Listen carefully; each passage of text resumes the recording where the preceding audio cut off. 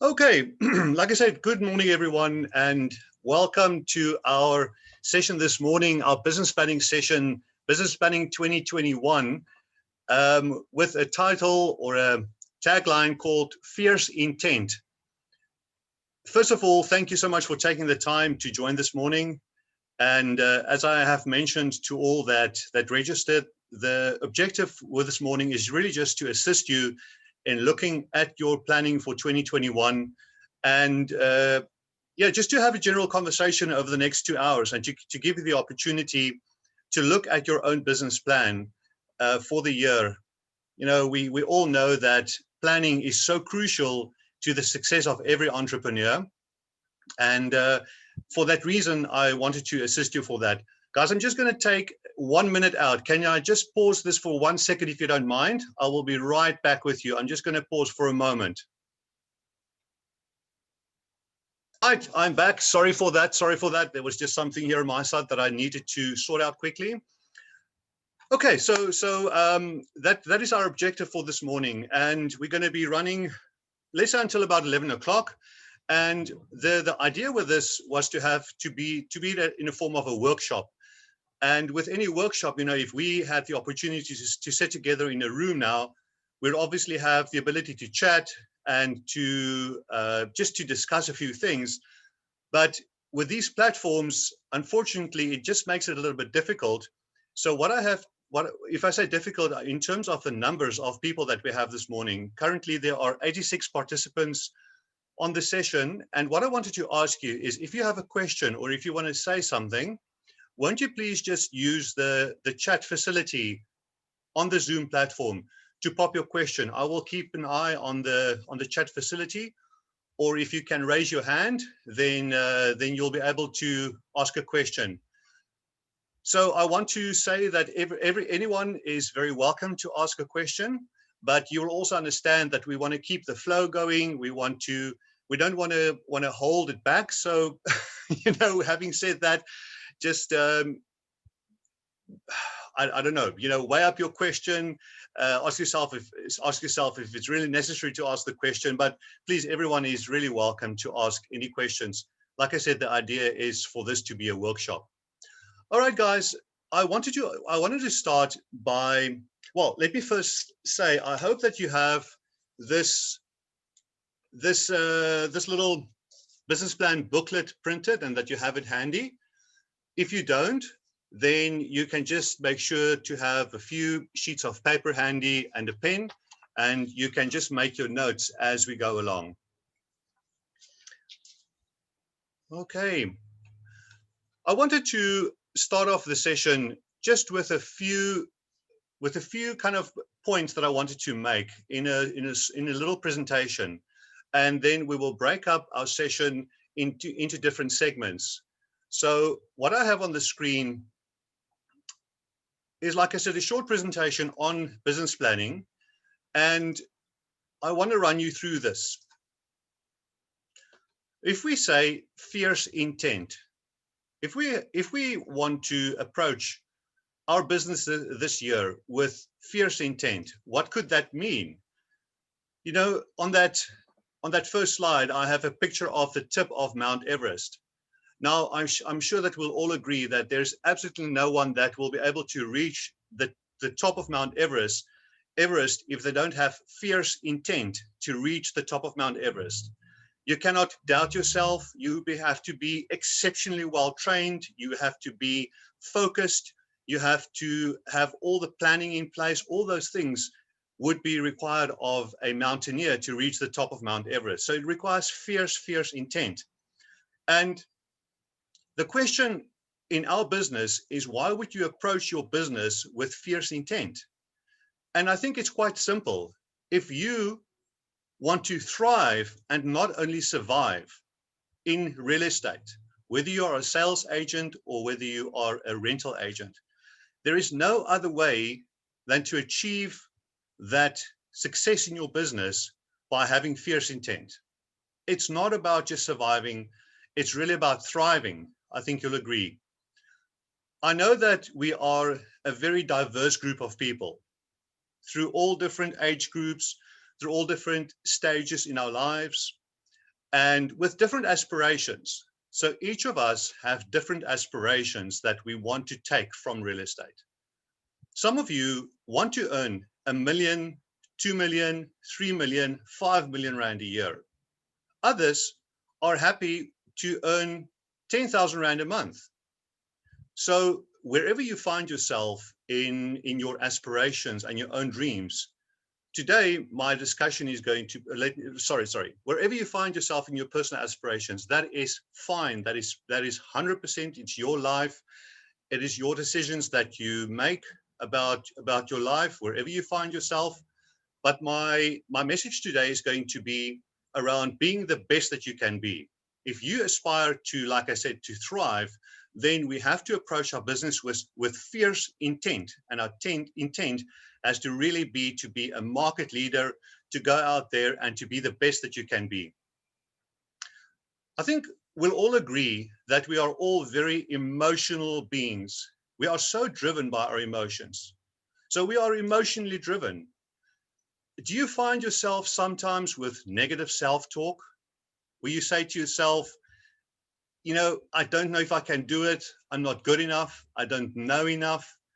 I'm not presentable enough. My car is not beautiful enough. All those things that we say to ourselves, these voices in our heads, wherever they come from, there is so much negative self-talk that we have. And also the negative talk in our offices, sometimes in our teams, where your colleagues or people in the industry might say to you, well, that doesn't work, or don't even try that, or I've tried that before and it doesn't work. There is just so much negativity that often goes around that we sometimes find ourselves in just a very kind of a negative space. You know what I mean? And often what that does, it paralyzes us. And we get to a point where we almost just don't even start. And a lot of procrastination then takes place or set in, where we just flow through the day or flow through the weeks. We don't work with focus. We're kind of just there, but we don't apply ourselves in the way that we could or that we should. And it's just because of all the emotions and the negativity and the self-belief and all those things. Now, as you're sitting there today, you might be a top performer. So I'm not saying it's all bad. I'm not saying it's all negative, etc., guys, but you can be even better. There is not one agent in our business in Harcourts South Africa today that cannot say, I cannot do better in my business. There is always room for improvement. And there's always somewhere where we procrastinate. We are just human beings, we're not machines. So what I want to encourage you today is just to look at a few things. So expanding on the topic of emotions and all of that, I want to remind you of the two kind of big aspects that we all have as human beings. And we call it, we're almost two passengers in our consciousness car. As we go through the day, we have what we call our feeling brain, which is our emotions, and we have our thinking brain, which is our rational conscious thinking. And a lot of studies have been done around this, but it's quite interesting to see that our feeling brain is actually behind the steering wheel of our car. Our emotions are behind the steering wheel of our car. And how often do we find ourselves in a day where we say, I don't feel like it. I'm feeling demotivated. I'm feeling flat. And it's just, you're not feeling great. You're not feeling great. And your emotions are pulling you down. Whereas the thinking brain, or let's rather say, so the feeling brain is driving our car. But the thinking brain is actually navigating our car, because the thinking brain knows where we need to be going, right? The thinking brain knows. And how often do we actually reflect on ourselves and say, I know what I'm supposed to be doing, whether it's in your business, whether it's in your health, whether it's in your relationships, but your emotions have the better of you. Your emotions takes control of you. So we know what to do, but we're not doing it because we allow ourselves to be controlled by our emotions. Our emotions, the feeling brain, like we said, dominates our car, and we dominate it by our emotions. Whereas in the thinking brain, it's the knowledge and the experience that we have built up over years that actually then impacts on our thinking brain, as we know. So the important thing for all of us is to understand and acknowledge our emotions. We have to be aware of our emotions. Isn't that so? Really, just to try and understand our emotions and how we feel, and to know what we can do with our thinking brain to try and work through that. So research has shown that our thinking brains can actually influence our feeling brains. And how do we do that? It is really by understanding our whys. Why are we doing what we're doing? What is it? What are your objectives? What are you trying to achieve? What are you trying to reach? And around the value of rewards, and where rewards make us feel good, that also has an influence of, we can think of rewards, and that actually influences on the feeling brain, and it gets us to action things that we know we're supposed to be doing, but that we're not doing. Another element to assist us to switch to activity around the thinking brain is accountability. If you have an accountability partner, and you have a person that can actually help you to look clearly at the things that you need to be doing in your business, or in whichever aspect of your life, whether it's your psychologist that helps you in other aspects of your life, or your dietitian, etc. It is that accountability partner, or your gym instructor, it's that accountability partner that you go to that helps you get out of the space of emotions and say, oh, I'm not feeling up to it to train today, or I'm not feeling right. Oh, so I just don't feel like eating right, or whatever the case might be. If you know that you have that accountability partner that you have to meet with, and they're going to look with you at your business or your health or your whatever aspect of your life, then that definitely helps us to influence our feeling brain. So just a few thoughts to understand a little bit better why it is that our emotions are so much in control. So coming back to fierce intent, if I ask you, sorry guys, I'm just going to pause and look at a few of the comments, or in the chat box. Let me just have a look here quickly if there's anything that I need to attend to. Just all of you being so kind to say good morning to all of you. With fierce intent, we can turn what we can quite easily call the ordinary into extraordinary. Are you currently living an extraordinary life, or are you putting in an extraordinary amount of effort or application? With fierce intent, we can turn the mundane into the meaningful. How often do we find ourselves in our business where we see the tasks that we need to do as just really mundane, mundane tasks, and for that reason we don't do it. We don't do so often the very simple, the very basic things in our business that we know will be taking us forward and that we know will improve our business. But with fierce intent and with the right focus and application, we can turn that mundane into the meaningful. The slog into satisfaction. We know that for us as real estate professionals, sales and rental agents, the success in our business lies in doing the things that we're supposed to be doing, the 20-mile march, every day, over and over and over and over again in our business every single day. And sometimes that can be a slog, it can become mundane, but we want to turn that into satisfaction. And by amazing self-leadership, and by applying yourself well, we can turn that slog into satisfaction, and we can turn resistance into ongoing commitment. And that's a beautiful thing. We need ongoing commitment to those things that will create consistency in your business, ongoing commitment to your great habits in your business, your health, your relationships, all of those aspects of your life. And we want to try and reduce the amount of resistance that we have in the different aspects of our lives. Friends, remember Henry Ford said, to get what you want, you need to decide what you want. And, so often we just don't go and sit and decide, what is it that I want out of life? What are those things that I really want to achieve, that I want to experience, that I need to save towards, that I need to provide for, etc., for myself, for my loved ones, for whoever, for the community. And we need to decide what we want. We need to have a growth mindset, and we need to see challenges as an opportunity to grow. So there's a lot that we can say about a growth mindset, but if we want to approach our businesses this year and going forward with fierce intent, we've got to decide what we want. We've got to take control over our lives, and we've got to do it. So that brings us to the idea of a vision board. Do you have a vision board? Have you ever considered having a vision board? Do you believe maybe in the value of making something visual?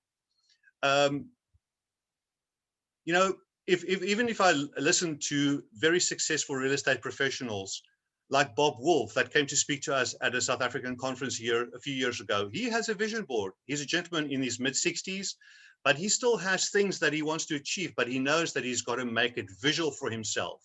So whatever could go on your vision board, whether it's whatever aspect of your life, try and visualize it for yourself. But the value obviously of a vision board is to look at it every single day. You know, when you get up in the morning, you need that thing that pulls you forward.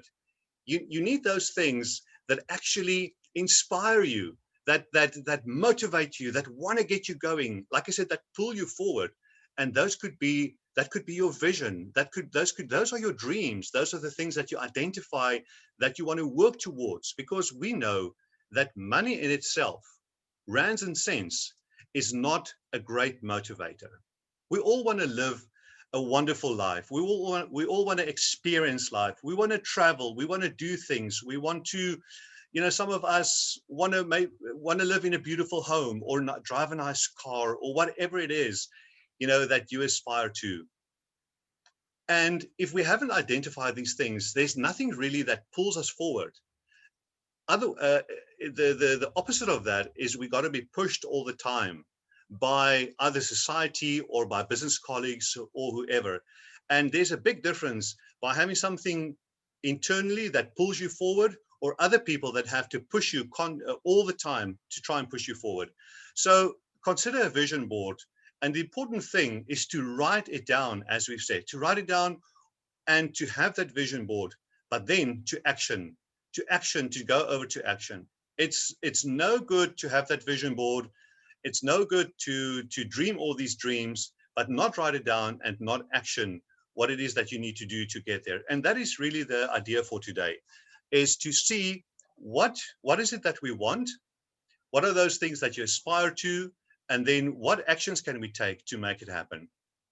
So friends, that brings us to the section in our business planning booklet where we're going to be looking at your whys, your desires, your purpose. So for those of you that have the booklet handy, you can page to just the second page where it has the nice big why at the top. And the first question, why do I need to earn the money? Why am I in business? What is my purpose? And you might have had some time to reflect on this a little bit and give it some thought. You might have already jotted a few thoughts down, or if you haven't, now's your time. I'm going to give us let's start with about 10 minutes, and let's see how we go from now until about 9:30 for you to write things down that gives you reason to want to earn the money in real estate.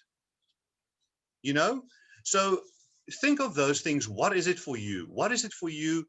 What really speaks to you? And if I can just, before I give you time to write your thoughts down, also in your thinking, consider what we call the 10s, the 20s, the 50s, and the 100s. The 10s are, what is it that you want to do on a weekly basis to incentivize and to reward yourself?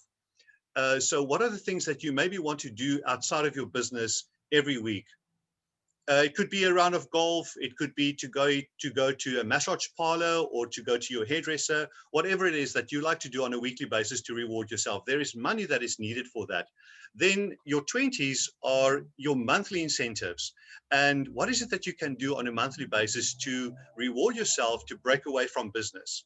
Is there a possibility for you to take 1 week in a month off where you just kind of go away, or you book you and your loved ones into a little guest house somewhere, and you just take time away from your business? You know what I mean? Then the 50s are those annual objectives. What is it that you want to achieve or save towards in 2021? Are you saving towards a holiday maybe, or are you saving towards a deposit on a new car, or a deposit on a new home, or investment property? You know, the list is very long, but what are you looking to save towards in 2021 around those 50s, those annual goals? And then your hundreds are those lifetime goals. What are those bucket list activities? But not only that, what are your retirement aspirations? What is your provision for your retirement or for your health and all those different aspects that you need to save money towards on a monthly basis right now? But it's the long term. It is the long term goals. But then again, what is that bucket list? Are you looking to go to Greenland to go and watch the Northern Lights, you know, or just a trip into the rainforest of Africa? You know, the list is so long, and we all just want to experience life. So I'm going to leave it there. Let's take 10 minutes starting now and think, what are your whys? Why do you need to earn the money? Why are you in business?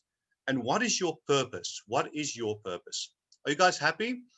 I'm going to mute myself now, and I'm just going to have a look at the messages. But guys, go ahead and put a few thoughts down.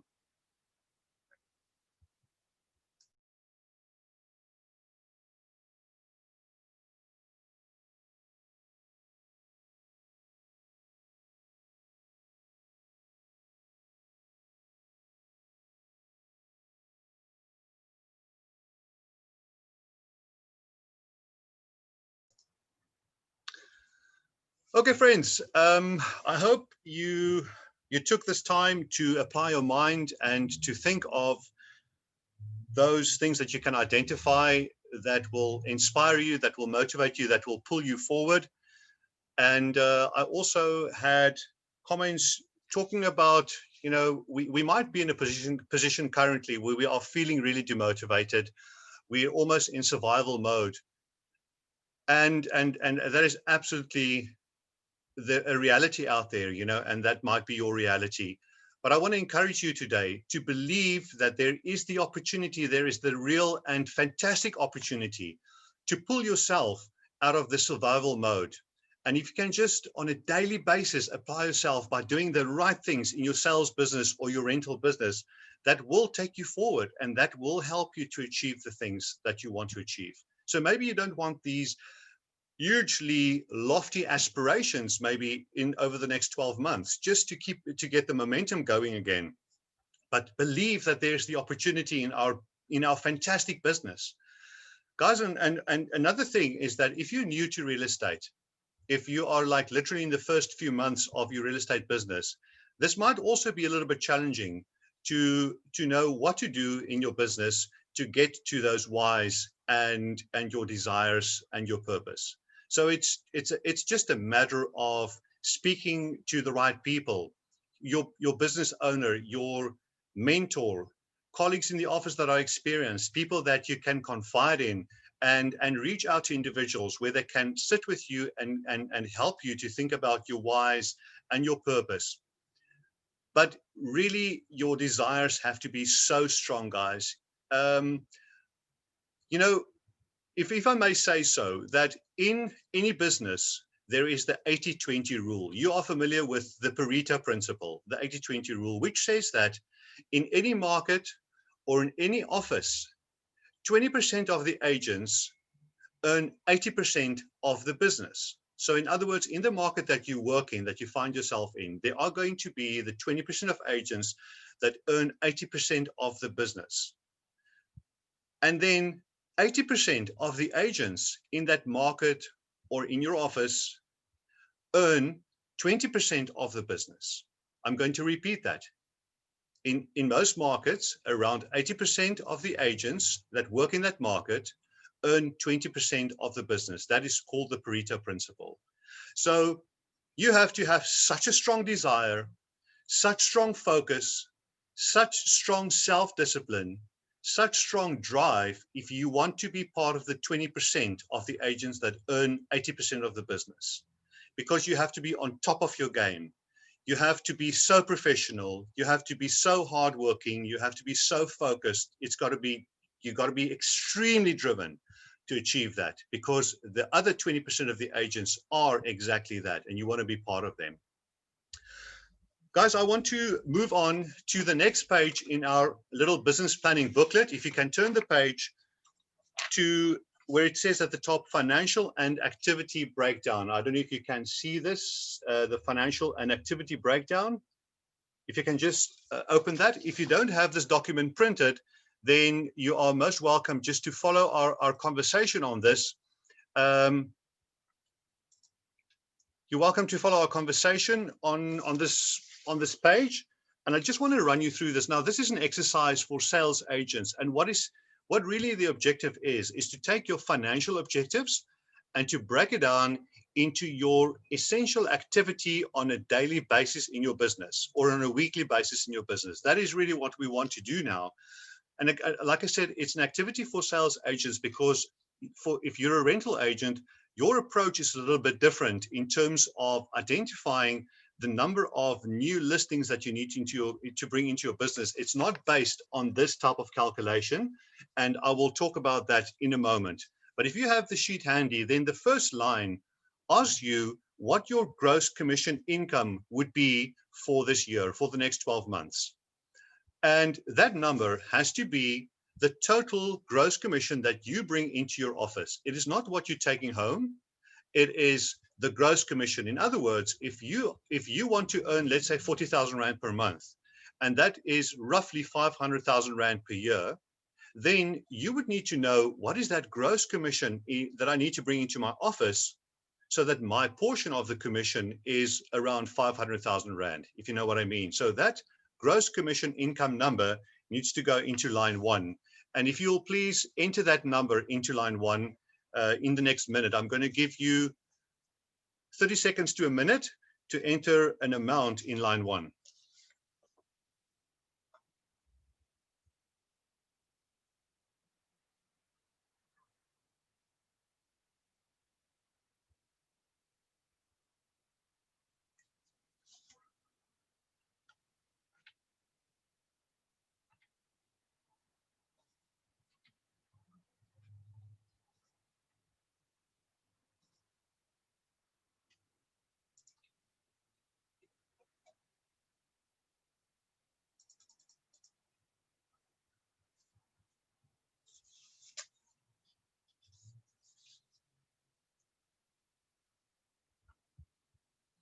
All right, so if we can continue on to line 2, for us to establish what our income goal would be then per month, would simply be just to divide line 1 by 12. So you would need to establish your gross commission income goal per month. It's line 1 divided by 12. You can enter that number in there, please, or that amount into line 2.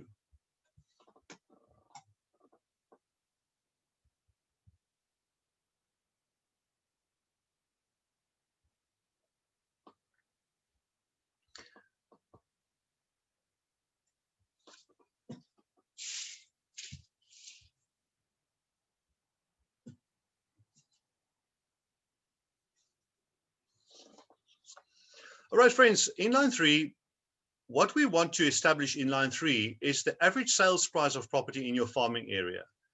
If you're a area specialist, which you should be to be successful in the marketplace, because we always talk about drilling deep and not wide, you want to have an idea of what the average sales price of property are in your farming area. So if you've done an analysis of your farming area on Lightstone or CMA Info or your preferred platform that pulls information from the D's office, then you want to write that amount in line 3, please.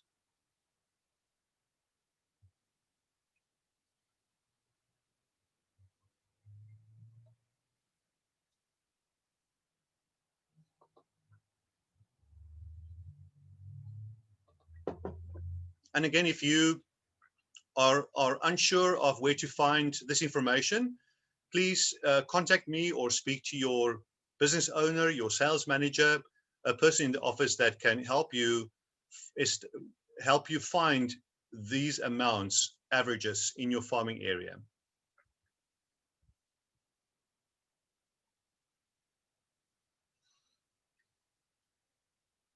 All right, I'm going to move over to line 4, and that is to calculate the average commission per transaction.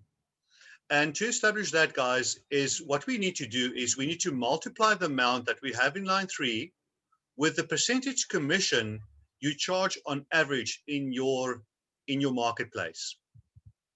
So if I may say, let's say you have an average sales price in your farming area of 1 million rand, and you try to work at 5% plus VAT commission, then your average commission per transaction, if you are the listing and the selling agent, would be 50,000 rand, because it's a million rand at 5%. 5% of a million rand, that's 50,000, and you would be earning 50,000 rand if you listed the property and if you sold the property. Now we know that you don't always list and sell.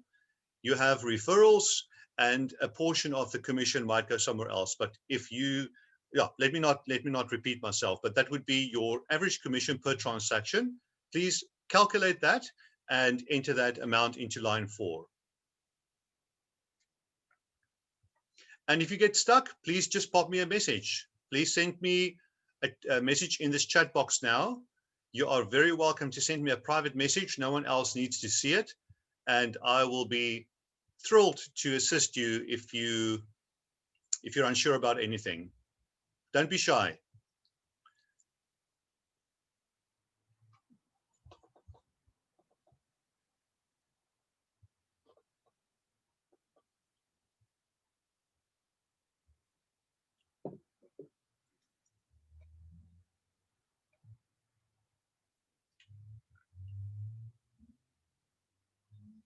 Right, friends, we got to move on. We got to move on. So I'm going to go over to line 5.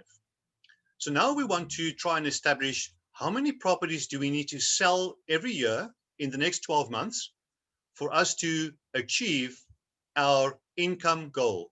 That amount that we have in line 1, how many of these average properties do we need to sell to achieve that? Now, we know that when we talk about averages, that's just an average. Some properties are way more expensive and others are cheaper. But for now, for this activity, we're just going to work with averages. So it's a simple calculation. You simply take line 1,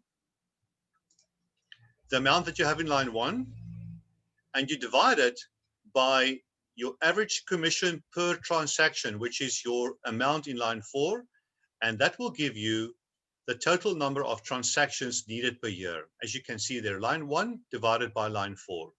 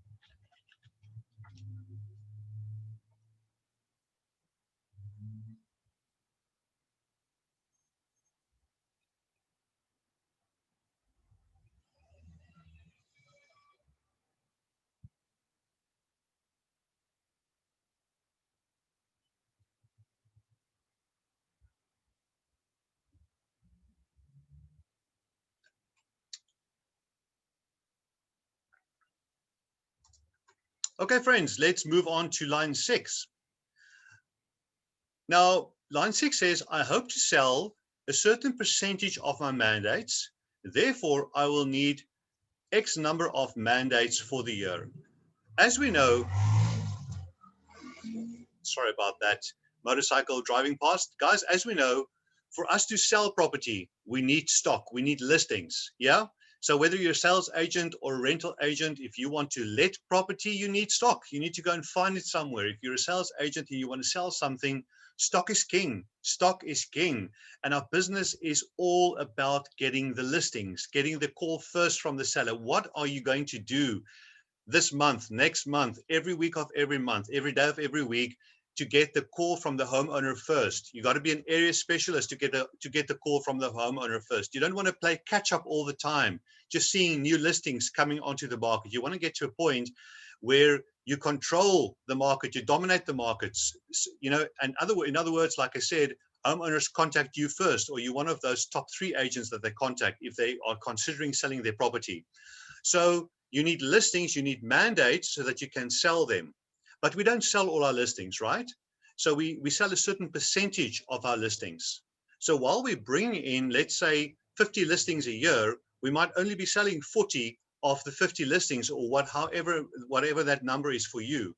Now, if you read in line 6 what I wrote there, focusing on sole mandates will give you a higher percentage of sales to listing ratio. So in other words, higher percentage of properties that you sell versus the number of listings that you brought in, than if you're working mainly on open mandates. And I think that is quite self-explanatory. If you're working on open mandates, then all the other agencies in your marketplace are also working on that property, and it's almost the luck of the draw. Whoever gets the buyer first sells the property. So your percentages are not going to be as high on open mandates than on sole mandates. And so I want to encourage you to really, really, really focus on sole mandates this year. Go for your sole mandates, equip yourself with all the right skills and self-belief and marketing and advertising backing, everything that you need to really sit in front of your homeowner and convince them why a sole mandate is their best interest. But just looking at our calculation in line 6, so you would need to think of a percentage of your number of mandates that you're going to sell. If you are an experienced agent working on sole mandates mainly, then you could quite easily be selling 90% of your listings or your mandates.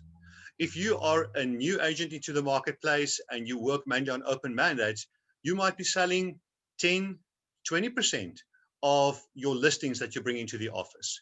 So that is the percentage that you want to write onto that line. I hope to sell an X number of percentage of my mandates. So you need to kind of try and just gauge, try and think, what could that percentage be for me, or what is that percentage for you right now as you are sitting there as an experienced agent? And therefore I will need X number of mandates for the year. So if you can think of the percentage, then what you do to calculate the number of mandates is your number in line 5, you take your number in line 5 and you divide it by your percentage in line 6. You take your number in line 5 and you divide it by your percentage in line 6. So I'm just opening my little calculator here. So let's say my total of transactions that I need for the year is, let's say, 18, but I'm going to be selling about 50% of my mandates. And you times that by 100, and that would give you a number. That would give you the number of mandates for the year. Guys, are you with me? Are you happy? Are you happy? Are you getting your head around that? I know some of you are obviously right on top of this. You have done this before. And for some of you, this is new. You have never looked at this before. So let's just be patient with those that are working with this for the first time. It's an important exercise. And while the sales agents are thinking of the numbers and making their calculations, I want just to say to the rental agents, guys, I know that many of you work on different models in your offices, but for any real estate agent, one of your main objectives, for all of the rental agents, one of your main objectives is obviously to grow your rental book. We're managing those rentals that we currently have to the very best of our ability, but our objective is to grow our rental book. So what is your number? What are you looking to grow your rental book by over the next 12 months? We're talking about your net growth, because obviously some of your properties are going to be falling off. The agents are selling some of those properties where the landlords want to sell their properties, but we're looking at your net growth of rental properties in your business over the next 12 months. So that would obviously then be breaking it down into a monthly goal of bringing X number of new rentals onto your books. And if I'm looking to bring 5 new rentals onto my books, or let's say 6 new rentals onto my books this month, and I break it down into per week, I know that on average I need to be bringing in 1.5, between 1 and 2 properties, new properties onto my books every single week. That is my goal. That is my objective. Isn't that so? So it's actually a fairly simple number. It's a simple calculation. In rentals, we don't work on averages like we do here on sales. It really is just to establish, first of all, my business objective for your company and for yourself. What are your personal income, excuse me, your personal income aspirations in your rental business? How much do you want to increase your income with? Is that in line with your office's growth aspirations for the growth of the rental book? And what do you need then to increase your rentals by on a monthly basis? And then you break it down to per week. Yep. So it's quite straightforward, I think. But if you guys have any comments or any suggestions that you want to make, please just pop me a note. Guys, I hope that you're all happy with the calculation in line 6, because we got to move on to line 7. So now we have established the number of mandates that we need for the year. And line 7 is such a simple calculation. We just want to break this down to per month, because we have the number of mandates for the year in line 6. And now it says this works out at X number of new mandates per month. But here's the trick. Do you really work 12 months of the year? Do you really work 12 full months of the year? I hope you don't. I really hope you don't, because you can't.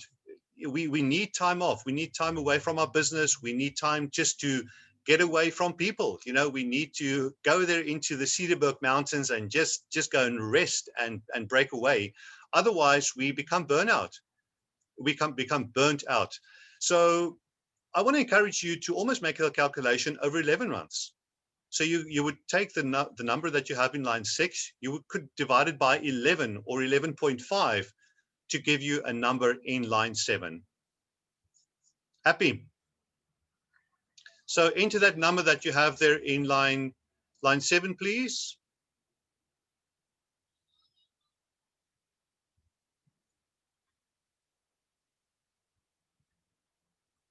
Okay, so once you have the number in line 7, we're going to finish off this exercise with line 8. To get X number of new mandates. So let's say that number is 6. This works out, let's say, at 6 new mandates per month. That's a high number. Let's make it a little bit less. Let's make it 4 new mandates per month. 6 is not impossible. I mean, it's definitely not impossible. Nothing is impossible. But let's just look at 4 new mandates per month. To get this, I need X number of listing appointments per week. This is the key. Listing appointments per week, given a X percentage closing ratio. Let's focus on the closing ratio for a moment. Your closing ratio is your success rate of walking away from a seller's meeting with a mandate. For every 10 sellers engagements, these could be current sellers or prospective sellers that you have, how many new listings do you list? If you have a track record, you will have an idea of your closing ratio. If you're new to the business, you will have no idea of your closing ratio. But like it says here, if I meet with 10 sellers, how many new listings do I walk away with from those 10 seller engagements? Is it 8? Is it 5? Is it 2? What is your number? And what is that percentage? So you want to write down a percentage there. And this percentage, guys, is going to depend on your experience, your preparation, your dedication, your confidence in speaking to those homeowners, in what you put in front of them. Like I said, your preparation, your scripts and dialogue, all those things come into play that influences that closing ratio. So if you could write down a percentage there, please, I'll appreciate that.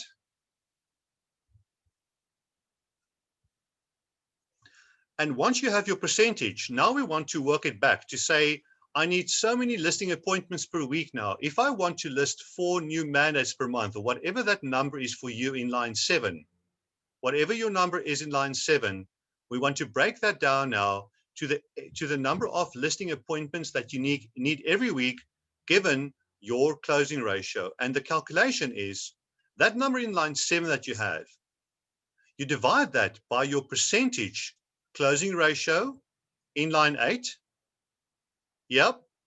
And then we divide that number then by 4. So if I have 4 new mandates per month and I have a 50% closing ratio, that would make it 8. So 4 divided by 50% is and times 100 is 8. And I would divide that by 4, and that would give me 2. There are 4 weeks in 1 month, and that is why we divide it by 4. 4 weeks in 1 month. And you would then have your number of listing appointments that you have every single week. Does that make sense? Guys, I hope you're happy, and I hope that you're following well.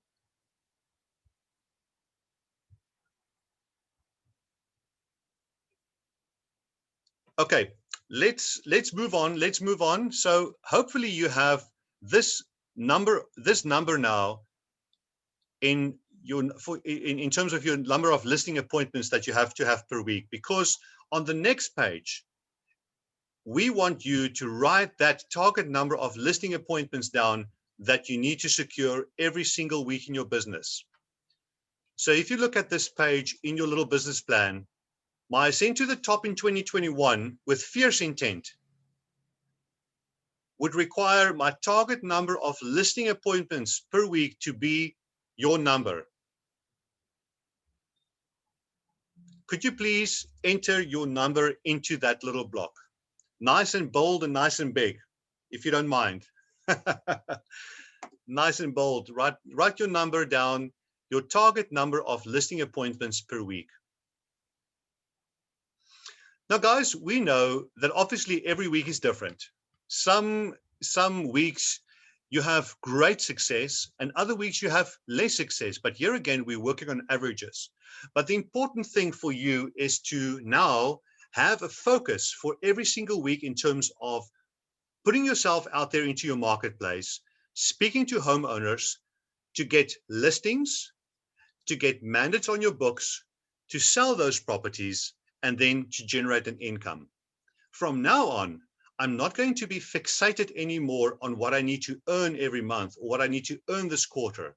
I am shifting my focus completely to all the activities that I need to do on a daily and weekly basis to make those listing appointments happen. Come hell or high water, whether I feel like it or whether I don't feel like it, I need to apply myself out there to make those listing appointments to make those listing appointments happen with those homeowners. Do you agree with me? So, because we can become so paralyzed about money. I know, we lie awake at night, we toss and turn, cash flow, all our financial responsibilities that we have, etc. And again, the emotions start to take control of us, and we wake up in the morning and we're really worried, and we don't know what to do, and on all those things. And that's why we need people around us, people that can support us, people that can help us see the wood from the trees, people that can guide us, our accountability partners, someone that can literally take you by the hand and say, come do this now, follow me, what about this, etc., etc. So it is extremely important for you to try everything in your power to shift your focus to listing appointments per week. Listings. That is the name of the game. Listings. A sellable sole mandate with a motivated seller is obviously prize number one. If you have a sole mandate with a motivated seller that is a sellable property in a sellable price range, etc., etc., it is money in the bank, guys, and that's what we want to go for. But not all our properties are like that. But what we need to also acknowledge is the fact that if you drop the ball on your number of listing appointments per week, let's say your number is 4 listing appointments per week, if you don't do one listing appointment per week, what does it mean for the next week? It means you got to double up that next week, right? You got to secure 8 listing appointments for that week. If you don't achieve those 8 listing appointments for that next week, if you have another dull week and you don't have one listing appointment, what would that mean for week 3? In other words, everything rolls over. And in our business, it's a numbers game. If I use the word game, as we know, it's a numbers game. So whatever we do today or whatever we don't do today is going to show in our bank account. It's going to show in our bank account what we do today and this week. So you got to get to the end of the week and look back on the week and say, I've nailed it. I've done everything that I could to secure those listing appointments. Maybe you weren't successful, like I said. Maybe your number is 4, but you only managed to do 2 or 1. At least you know you've tried everything in your power and you've got to step it up next week even more. Right. So I hope that you have written down your number in that little window. And I'm sorry that I'm talking so much. I don't know what else to do, but hopefully I'm giving you enough time to think and to write things down and to apply your mind. What I want to ask you now is to turn the page again, where we have the word with fears, intentions at the top, and we have at the top, my intention in the next 6 months. What would your gross commission intention be for the next 6 months in your business? If you have to write down a commission income goal for the next 6 months, what would that be?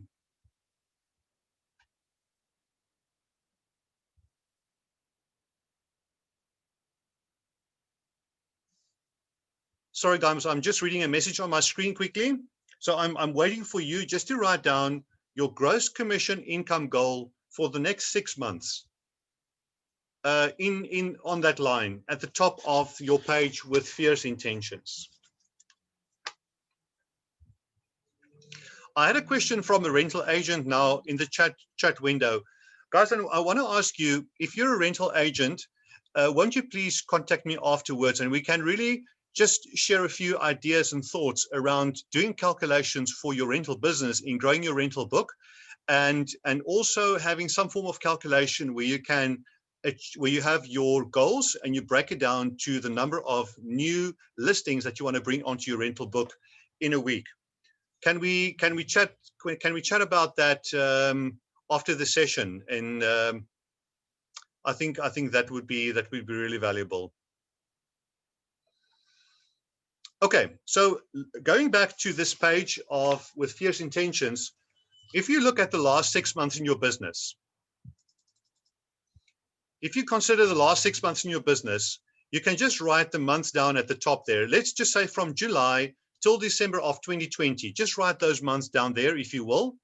And then you write down the number of listings or the number of units that you listed in those months, the new listings that you brought into your business. If you could do that, please. And then the total number of listings that you brought into your business in the past 6 months. Also in this table, you want to write down the gross commission income that you generated in those last 6 months of 2020, please. If you can write down those gross commission income numbers and also the gross commission income in the last 6 months. I'm going to give you 5 minutes to do that, please.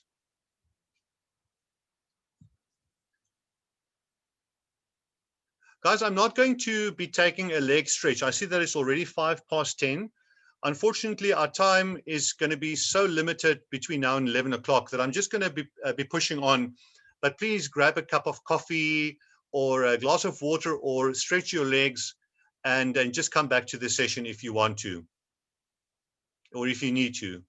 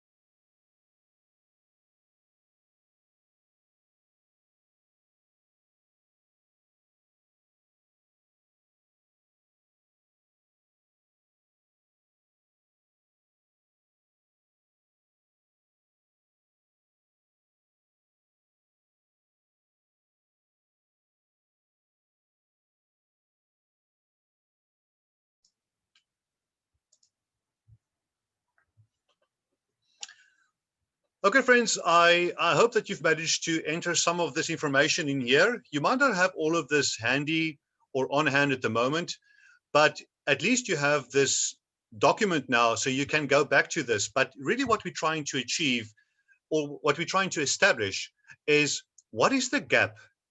What is the gap between what you want to earn, what your intention is in the next 6 months, and what you actually wrote in the past 6 months?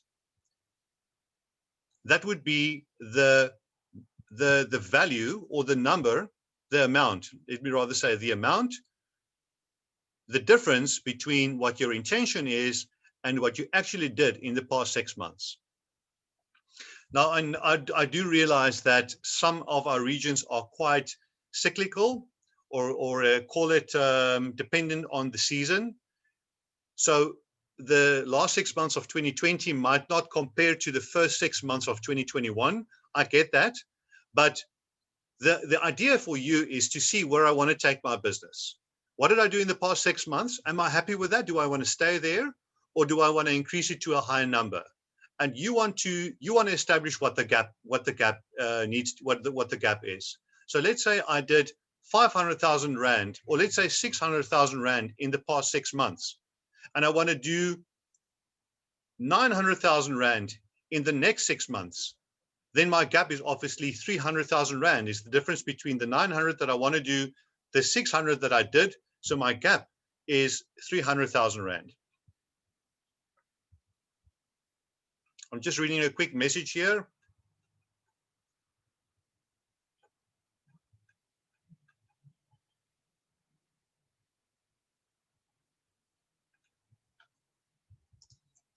All right, friends. So hopefully you have a number there as a gap amount that you want to fill.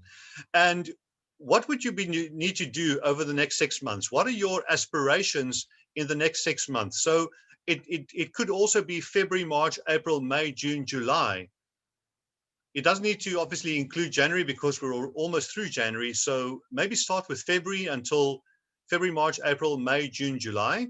And the number of listings that you are, or the number of units that you're looking to list, and the gross commission income that you're looking to write in those 6 months, and what the total would be.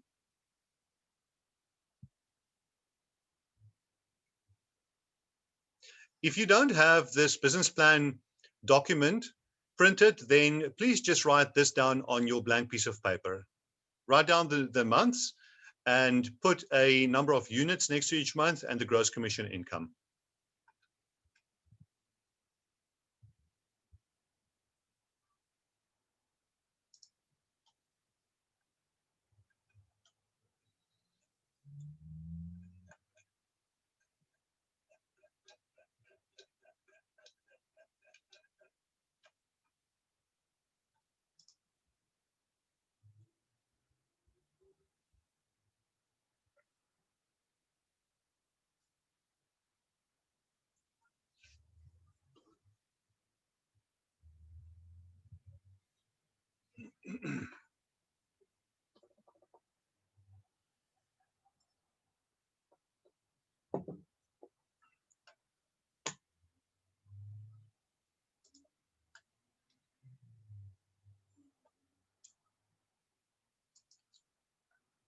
There was a very good suggestion by a very clever colleague of ours that suggested we work with a pencil and an eraser.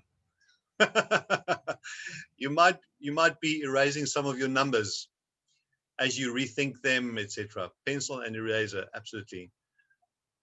Sure, in this day and age where we type so much information, or where we reliant on digital communication, I wonder how many of us actually own a razor these days. Eraser.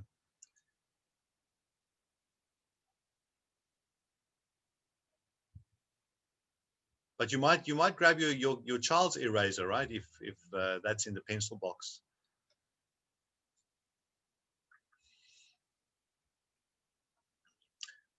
All right, friends. How about we move on from this? I know that we, it's just because we are a little bit limited for time. But obviously you can come back to this and you can spend a little bit more time with this. You don't like literally need to complete it right now unless you want to.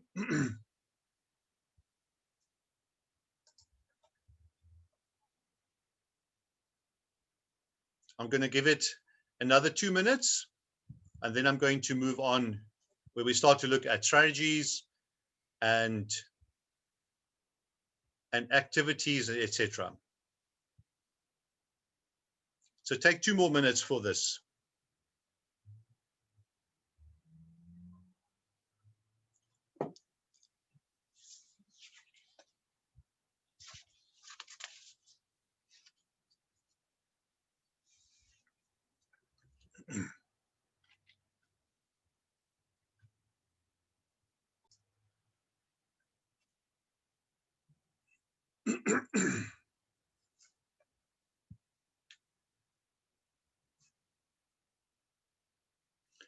All right, friends, let's continue.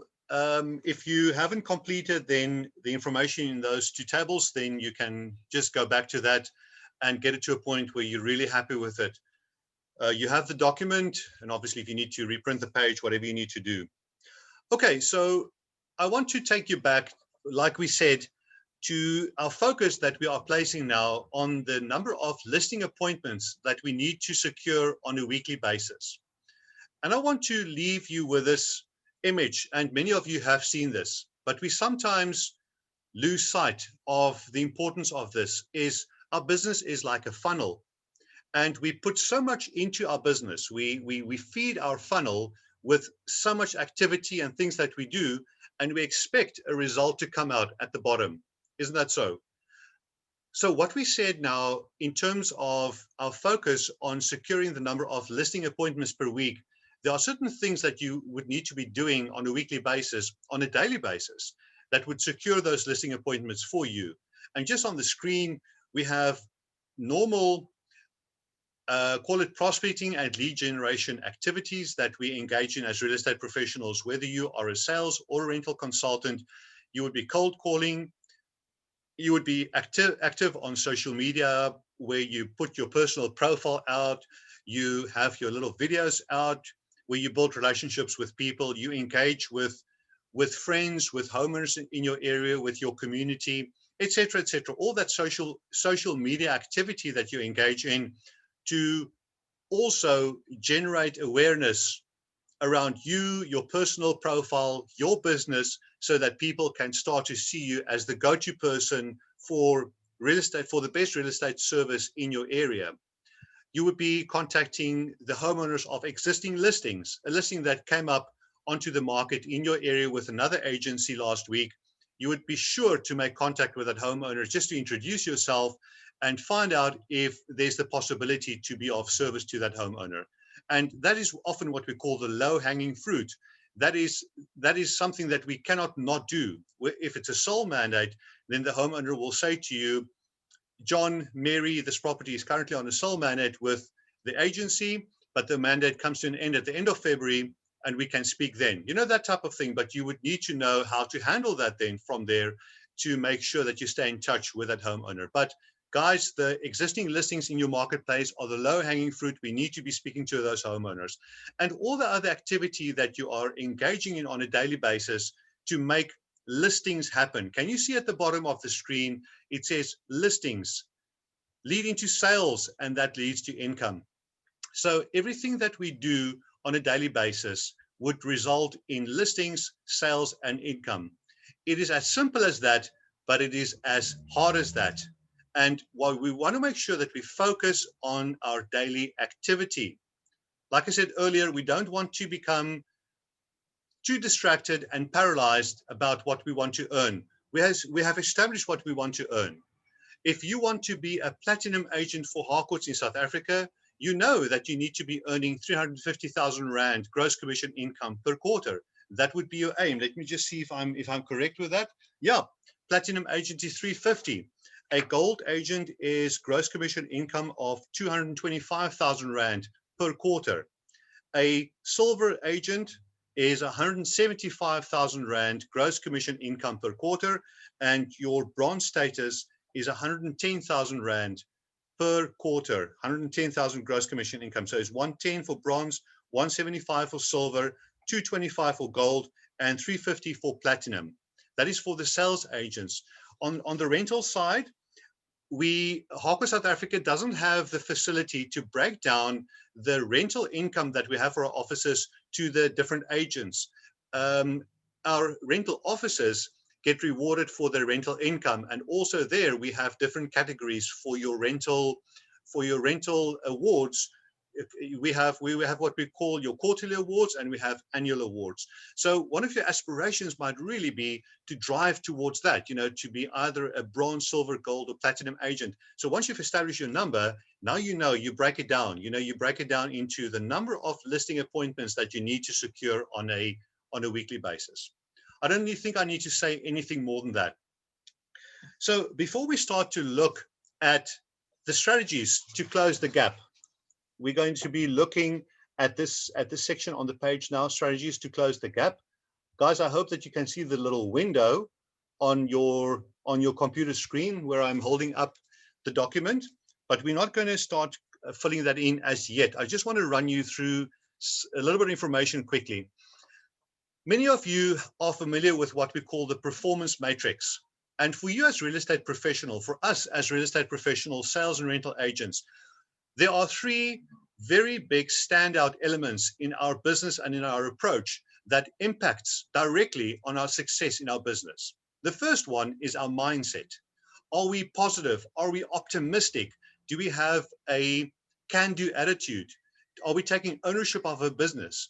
Are we shying away from complaining, blaming, justification, making excuses, all those things? Are we like literally taking ownership of our business and saying to ourselves that the opportunity is out there? If it's to be, it's up to me. If it's to be, it's up to me. That is my mindset. Skill set is obviously also an exceptionally important aspect. Dennis Scott, you are drawing over my screen. What are you doing?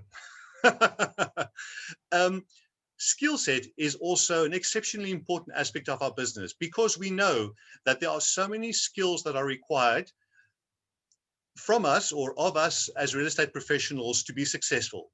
We have to have the skill to present ourselves, to present quality presentations to our homeowners. We need to know what to say, to enter into our dialogue. We have to have the skills around taking an offer to purchase or write a rental agreement.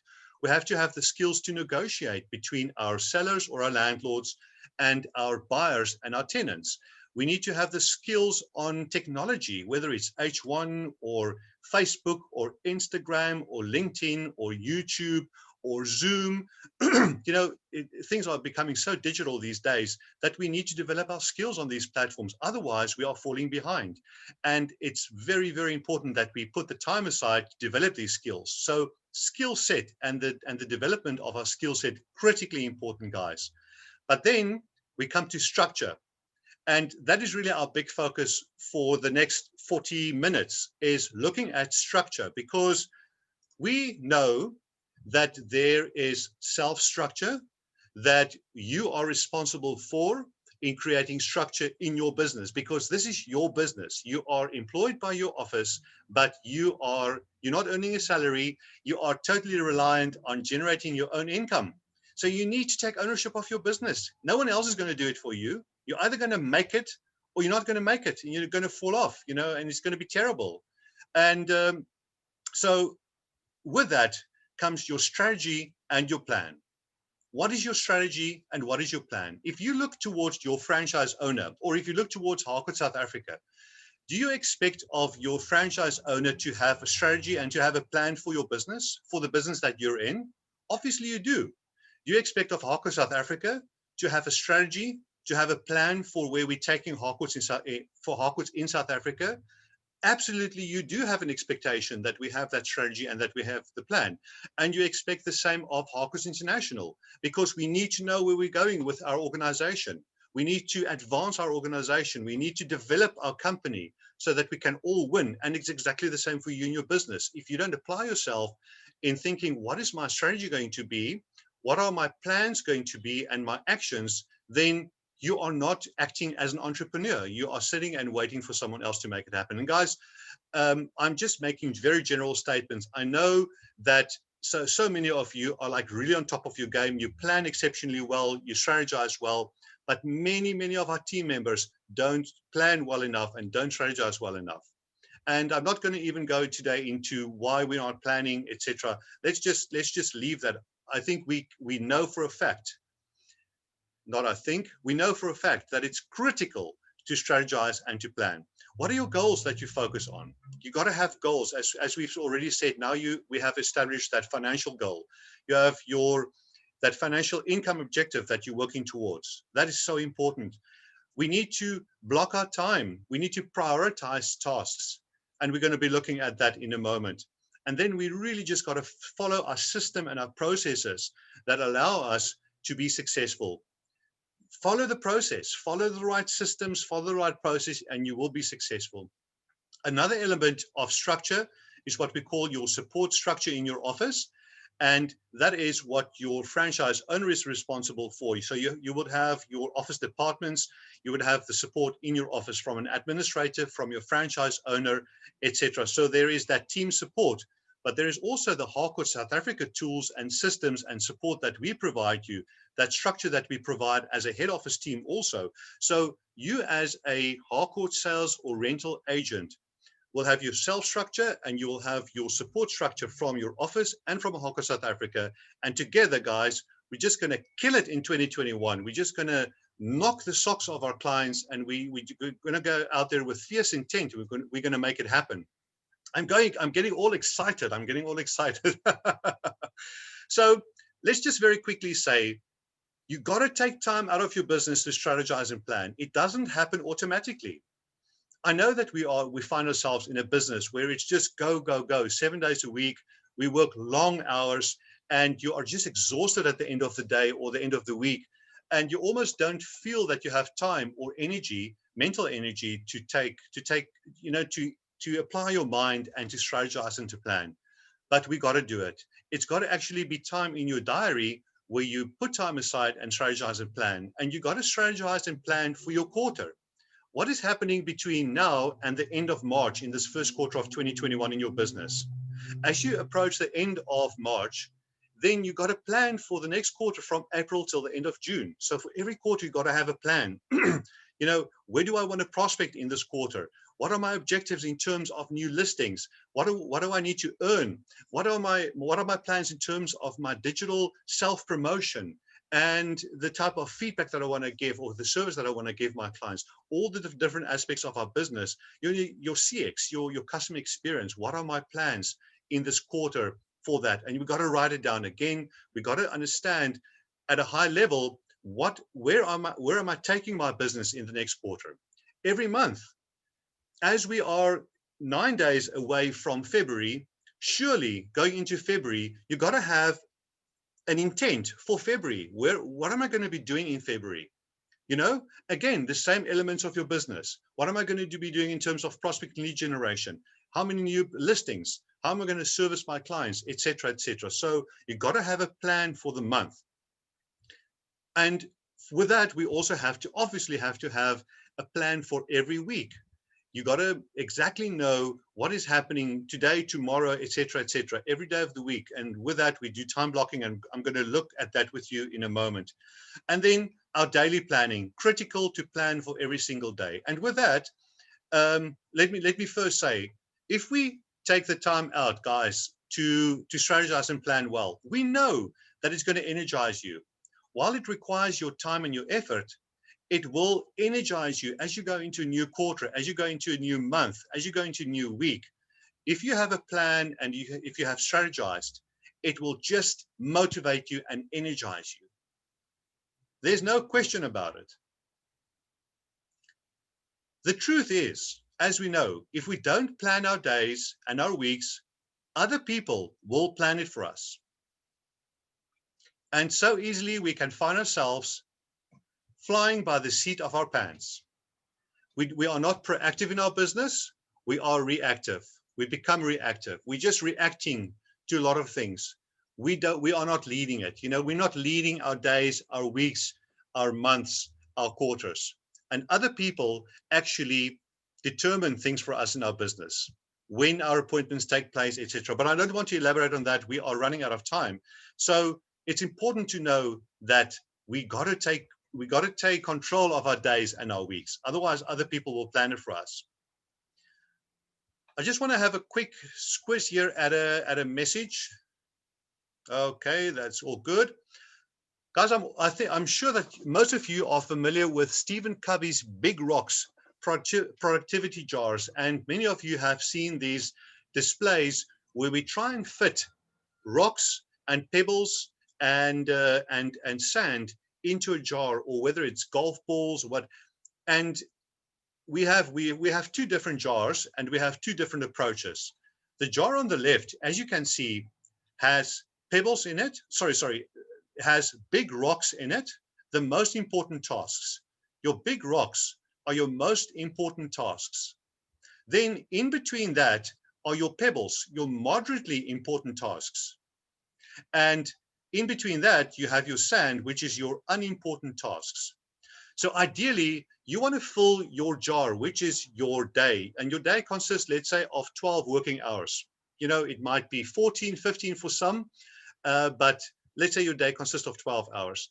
How is it that some of the most productive people and the most successful people just manage to fit so much into their day? Because they plan well and they prioritize well. They make sure that they allocate time for the most important tasks first, those critical tasks that will make the biggest difference in their business. Then they allow time for the moderately important tasks. And then if there's time left, for the unimportant tasks. But unfortunately, if we don't plan well and we are reactive and we're flying by the seat of our pants, so easily we can fill our days, first of all, with the unimportant tasks, because we don't really know what to do. You know, we just come into the office, or we open our laptop in the morning, we check our emails, but there's no clear direction, there's no clear intent. That fierce intent is lacking. So we fill our first few hours of the day with unimportant tasks. Then we might add a few moderately important tasks, and then if there's time left, we add a few big rocks, a few of the important tasks. Often the important tasks are those little bit difficult. You know, we don't want to eat that live frog, so we're putting it off. We're shifting it to the end of the day. We don't want to go there. You know what I mean? So that's the big difference. And then what happens is we have a lot of important tasks that don't fit into our jar. So this is how we cannot fill our jar, because we left over with very important tasks that we did not make time for. So the important thing is for us to prioritize, is to decide what are those big rocks that we need to make time for. What are those unimportant tasks that we also need to make time for, but they are not as critically important as the big rocks. The big rocks go into my diary first. I enter them into my diary first. That's the important thing. So I want to remind you very quickly of what we call the big rocks in real estate, which requires your urgent attention, whether you're a sales or a rental agent. These are your critically important big rocks, and let's look at them. First of all, guys, you will not be successful in your business if you don't plan. I mean, ek gaan vandag vir jou 'n brief gee. There's no way that if you don't plan, if you don't have a strategy, that you're going to be as successful in your business as you can be. You can be the most talented person, but you're not going to be able to achieve the pinnacle of success in your business if you don't plan. You've got to put time aside every single day to plan, even if it's half an hour a day. Take half an hour, whether it's the first thing in the morning, the last thing in the evening, but please not during your dollar productive hours. You cannot sit for an hour and plan at 4 o'clock in the afternoon if you can be out seeing homeowners, taking buyers out to a property. Those are your most dollar productive hours. So be sensible, be clever around the time that you use to plan your business. Then the next big rock, which is also arguably one of the most important elements in any real estate professional's business, is your prospecting and your lead generation. That requires dedicated time every single day in your business. The time that you put aside for prospecting and lead generation, whether that is 1 hour a day, 2 hours a day, 3 hours a day, 4 hours a day. If we listen to the world's leading real estate mentors and trainers, they would say to you if you are new to this business, if you're new to an area, you probably need to be prospecting and generating leads for up to 4 hours a day. You've got to be on the phone. You've got to be on the social media networks. You've got to be out in the streets. You've got to be walking the streets.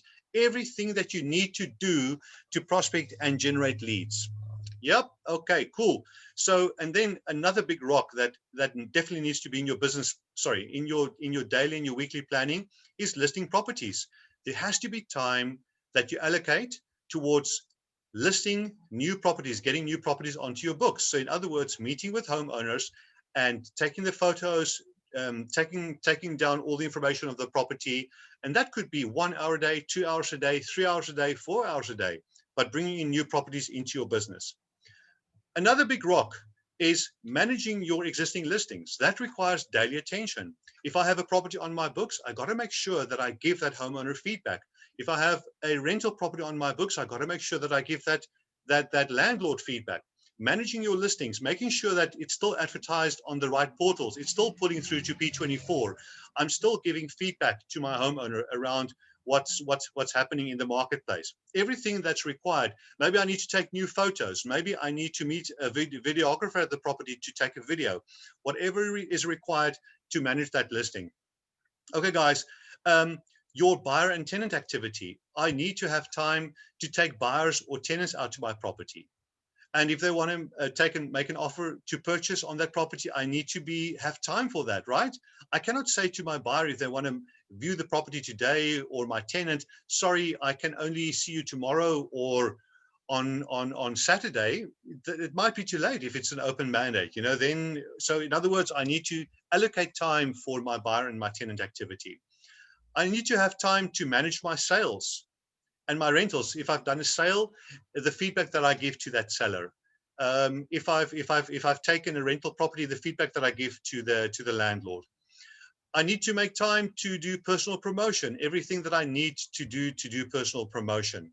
For those of you that are writing this down, I hope that you are writing fast enough while you're listening to me. But guys, I can send this whole presentation to you afterwards. If you want to send me an email, you are very welcome to, and I'll gladly send this presentation to you. I'm also recording the session, so you'll be able to watch the recording again afterwards. Personal promotion, everything that you need to do in terms of personal promotion. And then your learning and your skills development, critically important that we continue to sharpen the saw. We never stop learning. We never stop developing our skills. As times change, like I said earlier, we have the digital era that we're in. Things are changing so fast, so we got to stay on top of it. H1 is changing almost every month, so we got to stay on top of it, and we need to put time aside to plan, to develop our skills and to learn.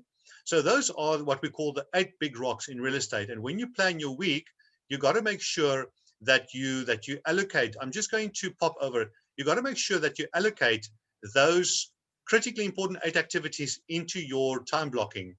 So most of you are familiar with time blocking. It is just a page that you can either do digitally, let's say on your Outlook, or you can have a hard copy, but it should have the days of the week and then the hours that you work. Let's say from 6 a.m.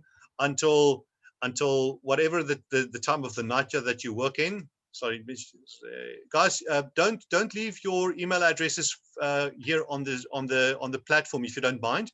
Just email me afterwards.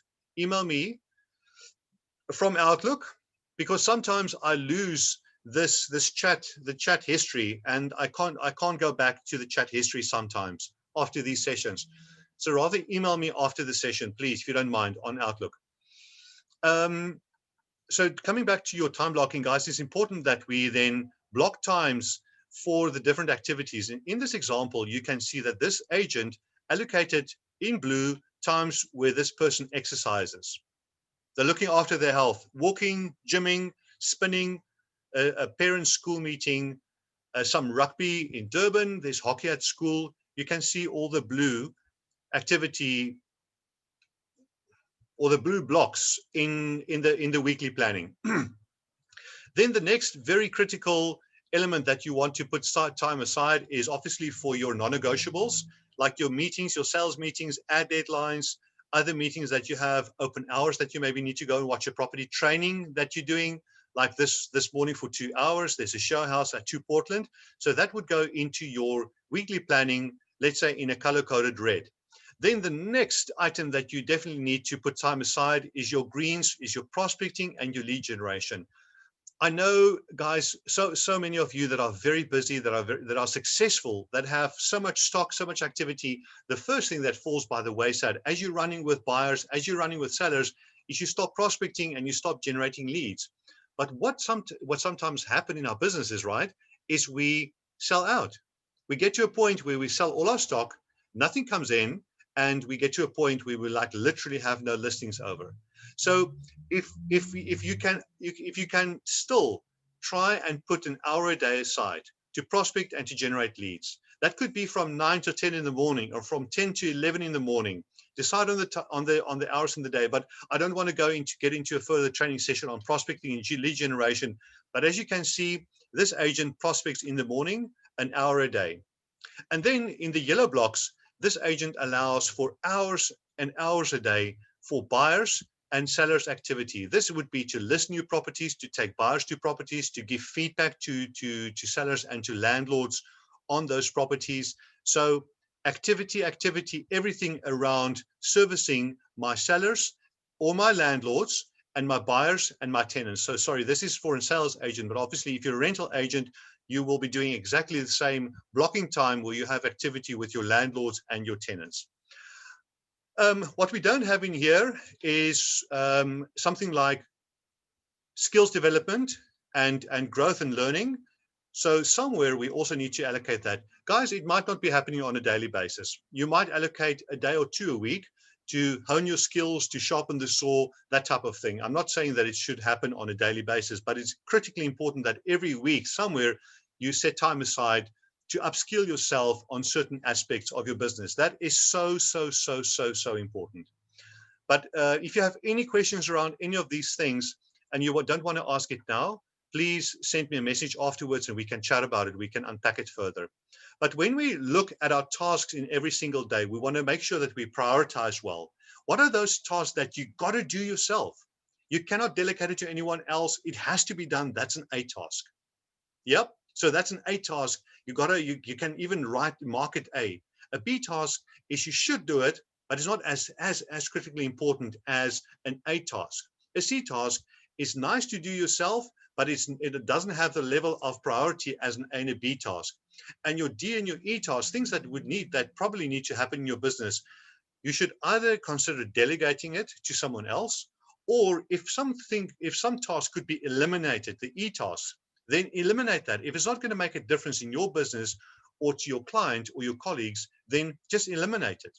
As simple as that. You know, it probably sounds simple, but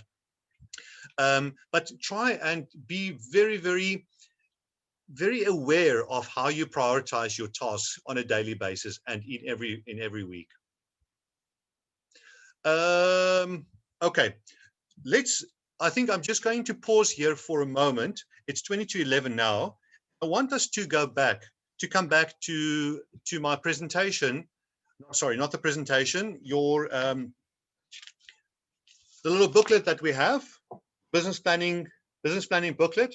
On this page where it says strategies to close the gap, and I want you looking or considering what we discussed in the last 10, 15, 20 minutes. What do you think would be your main 3 to 5 to 7 main strategies that you need to be doing in the next 6 months to close the gap that you have identified on this page? And on this page, you will see that there are example strategies: better planning to improve, better time management, improved plan to work my farming area, prospect lead generation, etc., etc. Have a look at that. I'm not going to read through all of that. But I want you to write down, if you haven't done it yet, those high-level strategies to close the gap. And as we can see here on the side, there are a few strategies and examples.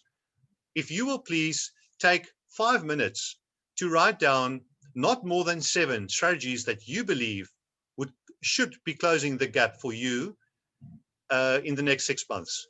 Please take 5 minutes until just after 11:15, let's say at 10:47, to write down those strategies.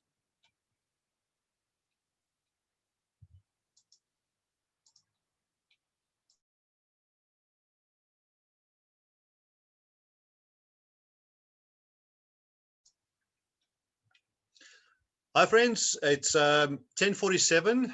I hope that the 5 minutes have given you enough time to write down a maximum of 7 strategies. I'm just using a number, and the reason really is that we say less is more.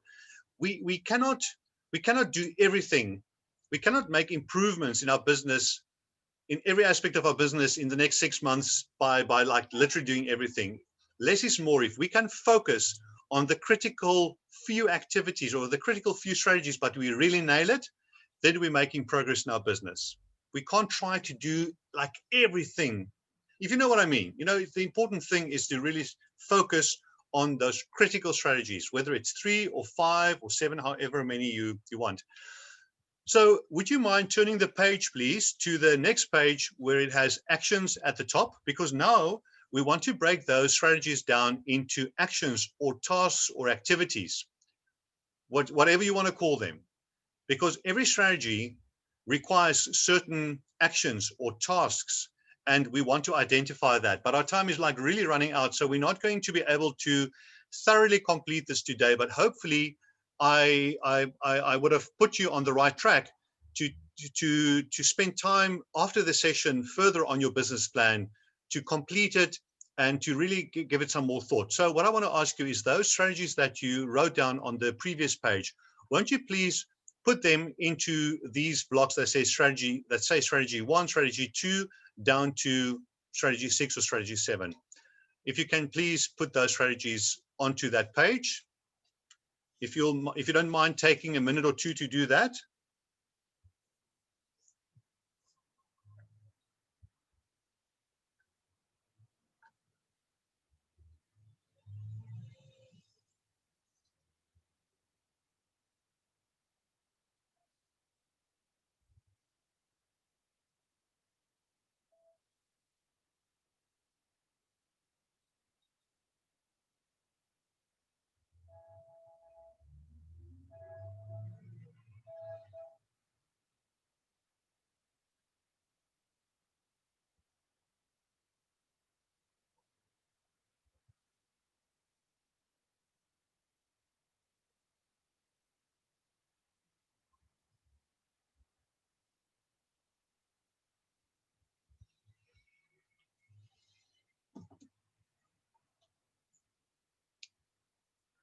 Okay, friends.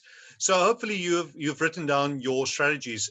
Now, what you would need to do, and obviously for the almost 100 of you that are still on the session, for all of you, your strategies would be different. So it would ask of you to identify the tasks that you need to do, that you can think of on a daily and on a weekly basis to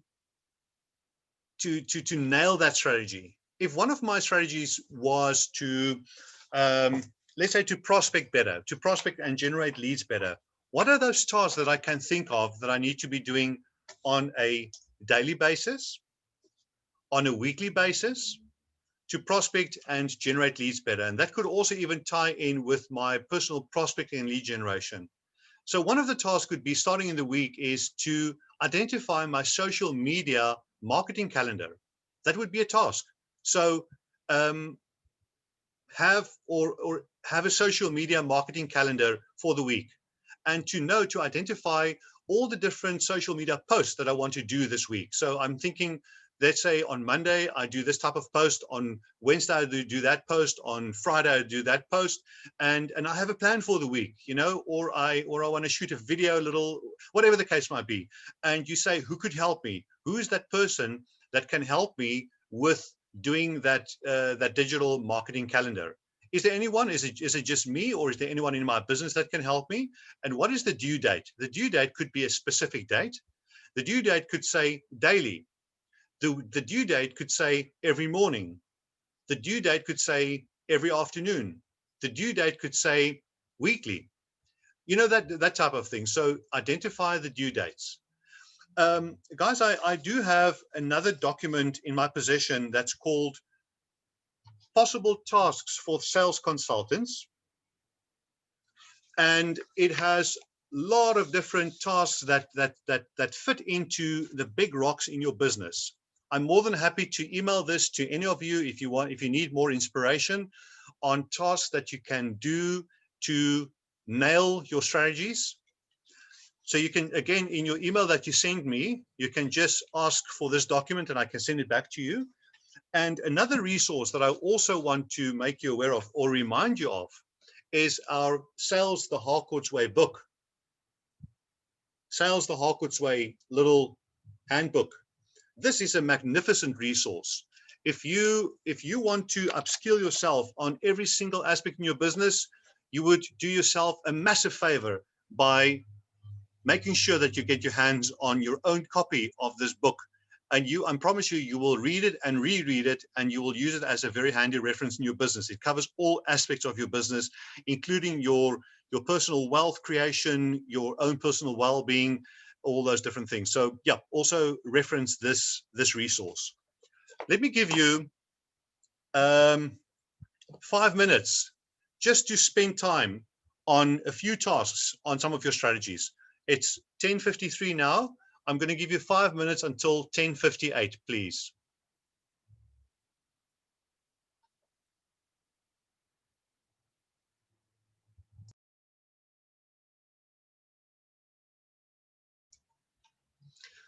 All right, friends, I'm back, and I hope that you could use those 5 minutes to identify a few important tasks or actions towards your strategies. But please take the time, like I said, take the time out to apply your mind even further and to really, really, really go and identify those critical tasks that you need to be doing on a daily and a weekly basis to achieve your strategies, or on a monthly basis, you know. And then obviously share it with your business owner, or consult and share, you know, get the conversation going there in your office. I would like to go to our last page on this business planning little booklet. And that is almost this one pager that you can have on your wall or at your workstation that you can print out, which reminds you of those critical numbers in your business, those critical numbers for you to ascend the top in 2021. And would you be able to write down numbers now according to what we have identified today? You know, when we had our page, which is our income to our activity breakdown, we identified the number of listings that we need to secure on a monthly basis. We secured, let's say, the number of, or you could have a number of sole mandates in your mind that you have. That number of listing appointments that you need to secure on a weekly basis. You already have that gross commission income goal that you want to achieve on a monthly basis on average. So are you in a position now to start to enter into these three windows towards the end of Q1?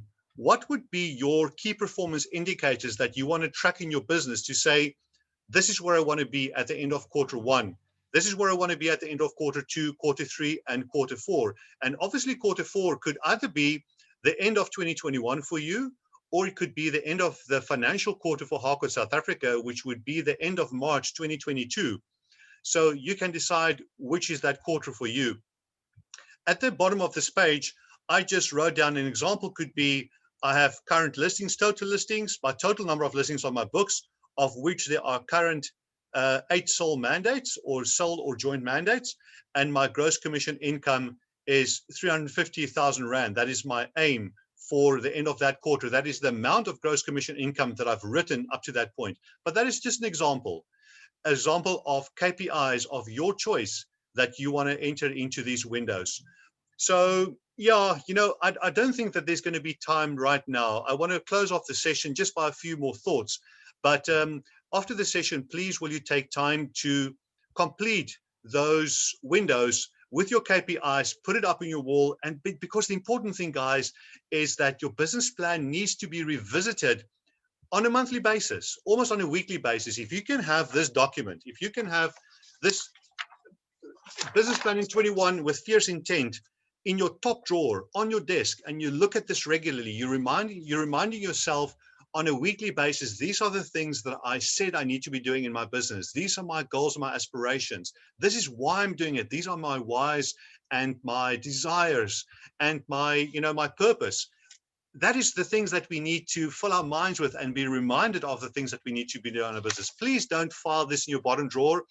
I mean, you're going to be doing yourself a disservice. Isn't that so? It is your business, it's your life. I want you to be as successful as you can be. We all want you to be as successful as you can be. Harcourts South Africa and your franchise wants you to be as successful as you can be. So make this a living document. It's got to be a living document that that you also change your plans, because remember, plans are not cast in stone. If something is not working, change it. Change it. But our strategies need to be secure. Okay, I'm going to pop out of this presentation just very quickly, and I want to come back to a few last thoughts that I have here. Like I said, guys, who's your accountability partner? For you to be successful in your business, you have to have your accountability partner, someone that's on this journey with you. Someone, like I said, that can be your mentor, that can be your confidant, someone that can even be your tormentor, that can tell you like it is, that can tell you, come on, let's go, pack up your sockies, we got to get going. But someone that you can really bounce things off, that's your soundboard, etc., etc. You got to sit with your accountability partner. I would say once every 2 weeks, not even once a month. Try and meet with your accountability partner once every 2 weeks, whether it's on a quick Zoom call, a quick telephone call. Doesn't need to be in person, but you've got to bounce things off, but you've got to stay close to that accountability partner. Otherwise, you might get lost over a month, because a lot happens in a month. And, sorry, I'm just reading a few messages of people that have to leave us now, but very important that you walk a very tight rope and close path with your accountability partner. In closing, we want to say to each other that your success and our success depends on what we repeatedly do.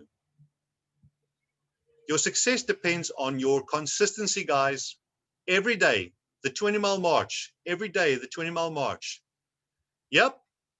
Excellence requires great habits. You need to identify what those great habits are that you could make part of your business every single day, and that will turn into excellence. I can promise you, this business has so much incredible opportunity. It doesn't matter the market that you find yourself in. If you have a strong desire, if you know what your whys are, if you apply yourself, if you work hard, if you're professional, you can be extremely successful, like many, many of you are. We have some of our country's top agents with us today on this call. And guys, congratulations on your phenomenal successes. Really, winners are those who still put in the work when they least feel like it. The wisdom of Tom Panos. Are you a winner? Are you going to be a winner? Yes, we have emotions. Yes, we have our bad days. Yes, there are days where we don't want to get out of bed, but we got to put in the work. Find ways where you can, whatever you need to do, where your thinking brain takes control and you don't allow your feeling brain to just drive over the cliff into any afgrond af with your car. You got to stay on the path, and you got to have your thinking brain in control. So with this, I want to thank you so much for your time today. It's unbelievable how quickly 2 hours fly by. I cannot believe it. I wish we had another half an hour, guys. But like I said, this session was recorded. I will be sending it out to all our offices. So you're obviously very welcome to watch it again. Pop me an email afterwards, and I'll gladly send you this presentation. I will gladly send you any other material that you need. But I want to wish you a fantastic 2021. Thank you so much for being part of the Harcourts team. Thank you for your effort that you put into your business every single day. Make sure that you make 2021 your best year yet. Yes, it's going to be it's a year, there's uncertainty. There's uncertainty in the marketplace, but it's an agent's market. It's a market where the agents that really apply themselves can be extremely successful, guys. So thank you very, very much. I wish you all of the best. God bless you. Stay healthy, stay safe, look after yourself and your loved ones. and we will chat soon. Have a fabulous, fabulous Thursday. Cheers.